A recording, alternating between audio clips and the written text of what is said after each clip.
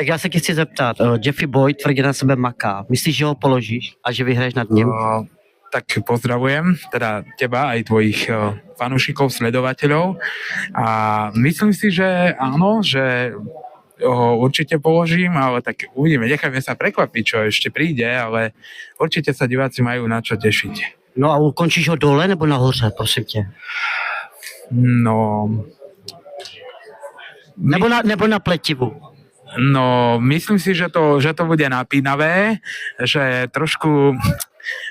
ja by som to definoval tak, že keď napríklad hadovi hodíš do akvária myš, tak hneď ju nechytí, naťahuje sa s ňou, až potom... Takže myslím si, že to bude chvíľu trvať, kým dojde k tomu, že ho dám dole. Ale hovorím, že uvidíme, však možno aj on prekvapí a možno ja budem mať čo robiť, akože to nebude mať ani také jednoduché, lebo tiež som videl, že sa pripravuje.